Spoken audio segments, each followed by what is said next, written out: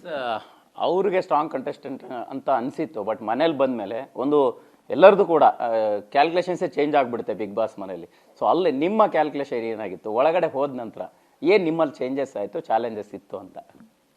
ನನಗೆ ಇನಿಷಿಯಲಿ ನಾನು ಜಂಟಿ ಆಗಿರೋದ್ರಿಂದ ನಾನು ಎಲ್ಲಿ ಹೋಗಿ ಮಾತಾಡಬೇಕು ಅದು ನಂಗೆ ಅಷ್ಟು ಕಂಫರ್ಟ್ ಇರ್ತಿರ್ಲಿಲ್ಲ. ಅವ್ರು ಎಲ್ಲಿ ಕೂತ್ಕೋಬೇಕು ಅದು ನನಗೆ ಕಂಫರ್ಟ್, ಆ ಥರ ಚಾಲೆಂಜಸ್ ತುಂಬ ಫೇಸ್ ಮಾಡಿದ್ವಿ. ಬಟ್ ಹೋಗ್ತಾ ಹೋಗ್ತಾ ನಮ್ಮಿಬ್ರದ್ದು ಕಾಂಬಿನೇಷನ್ ಸೆಟ್ ಆಯಿತು.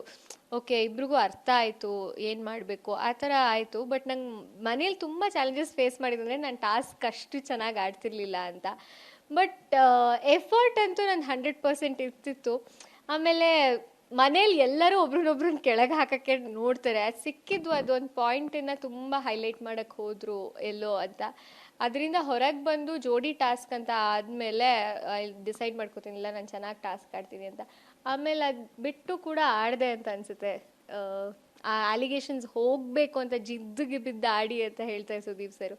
ಅಲಿಗೇಷನ್ಸ್ ಹೋಗೋಕ್ಕೆ ಟಾಸ್ಕಲ್ಲಿ ಆಡ್ತೀನಿ ಚೆನ್ನಾಗಿ. ಸೊ ಬಿಗ್ ಬಾಸ್ ಮನೆಯಲ್ಲಿ ಒಂದು ಸ್ಟ್ರಾಟಜಿ ಇದೆ, ಜೊತೆಗಿರೋರು ಮೇಲೆ ತಗೊಂಡು ಹೋಗ್ತಾರೆ ಅನ್ನೋದಕ್ಕಿಂತ ಜೊತೆ ಇರೋರು ಬೇಗ ಕೆಳಗೆ ಬೀಳಿಸ್ಲಿ ಅನ್ನೋಂಥದ್ದು, ಬೀಳಲಿ ಅನ್ನೋಂಥದ್ದು, ಹೌದಲ್ವಾ?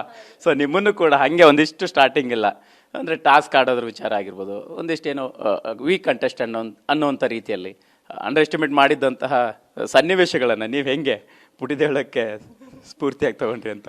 ಅಂದರೆ ಸ್ಟಾರ್ಟಿಂಗು ಅದನ್ನ ನೀವು ಹೇಳಿದ್ರಲ್ಲ, ಜೊತೆಲಿರೋರೇ ಕೆಳಗಿಳಕ್ರೆ, ಅದು ಅರ್ಥ ಮಾಡ್ಕೊಳ್ಳೋಕೆ ಸ್ವಲ್ಪ ಟೈಮ್ ತಗೋಬೇಕು ನಮಗೆ. ಯಾಕಂದರೆ ಏನೋ ಫನ್ ಮಾಡ್ತಿದ್ದಾರೆ, ಏನೋ ಇದು ಅಂತ ಅನಿಸ್ತಿರುತ್ತೆ ಇನಿಷಿಯಲಿ. ಬಟ್ ಇಲ್ಲ, ಅದು ಅವ್ರು ಫನ್ ಮಾಡ್ತಿದ್ರು, ಅದ್ರ ಮೂಲಕ ಹೊರಗಡೆಗೆ ಏನೋ ಮೆಸೇಜ್ ಕೊಡ್ತಿದ್ದಾರೆ ಅನ್ನೋದು ರಿಯಲೈಸ್ ಆದಮೇಲೆ ಅದನ್ನ ಕಟ್ ಮಾಡೋಕ್ಕೆ ಶುರು ಮಾಡ್ತೀನಿ. ಹೇಳಬೇಡ, ಕಾಮಿಡಿಗೂ ಹೇಳಬೇಡ, ರೇಗಿಸ್ಬೇಡ ಅಂತ. ಬಟ್ ಯಾರೂ ಇರಲ್ಲ ನಮ್ಮೋರು ಅಂತ ಅಂದಾಗ ನಮಗೆ ನಾವೇ ಮೋಟಿವೇಟ್ ಮಾಡ್ಕೊಳ್ಳೋದು ತುಂಬ ಮುಖ್ಯ ಆಗುತ್ತೆ.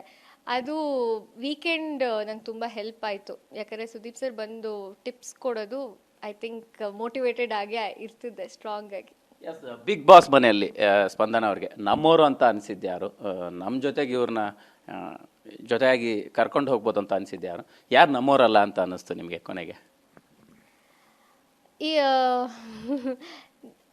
100% ನಮ್ಮವ್ರು ಯಾರೂ ಇಲ್ಲ ಅಂತ ಗೊತ್ತಿತ್ತು. ಬಟ್ ಎಲ್ಲೋ ಕಂಫರ್ಟ್ ಅಂತ ಅನಿಸಿದ್ದು ಕಾವ್ಯ. ನನಗೆ ಅವಳಿಗೆ ಥಾಟ್ಸ್, ಒಪಿನಿಯನ್ಸ್ ಸ್ವಲ್ಪ ಕಂಫರ್ಟ್ ಅನಿಸ್ತಿತ್ತು. ಧನು ಅನಿಸ್ತಿತ್ತು, ಆ್ಯಕ್ಚುಲಿ ಗಿಲ್ಲಿ ಕೂಡ ಅನಿಸ್ತಿತ್ತು. ಅವನು ಎಷ್ಟೇ ನನ್ನ ಜೊತೆ ಕಾಮಿಡಿ ಮಾಡಿದ್ರು, ರೇಗಿಸಿದ್ರು, ಸೀರಿಯಸ್ ಆಗಿ ಮಾತಾಡುವಾಗ ನನಗೆ ಒಳ್ಳೆ ಇನ್ಪುಟ್ಸ್ ಕೂಡ ಕೊಟ್ಟಿದ್ದಾನೆ ಅವನು. ಸೊ ಅದನಿಸ್ತಿತ್ತು. ನಮ್ಮವ್ರಲ್ಲ ಅಂತ ಅನ್ಸಿದ್ದು ರಕ್ಷಿತಾ. ಎಲ್ಲೋ ನನಗೂ ಸರಿ ಆಗಲೇ ಇಲ್ಲ. ಅದು ಒಂಥರ ಲಾಸ್ಟ್ ವೀಕ್ವರೆಗೂ but last week we try to patch up ಅಥವಾ ಅರ್ಥ ಮಾಡ್ಕೋಬೇಕು ಅಂತ ನಾನು ಅವಳು ಕಿಚನ್ ಒಟ್ಟಿಗೆ ಮಾಡ್ತೀವಿ. ಅದು ಬಿಟ್ಟರೆ ರಕ್ಷಿತಾ ಎಲ್ಲೋ ನಮ್ಮೋರಲ್ಲ ಅಂತ ಅನ್ಸರು. ರಾಶಿಕಾ ಕೂಡ ನಮ್ಮೋಳಲ್ಲ ಅಂತ ಫೀಲ್ ಕೊಟ್ಟಿದ್ದವಳು.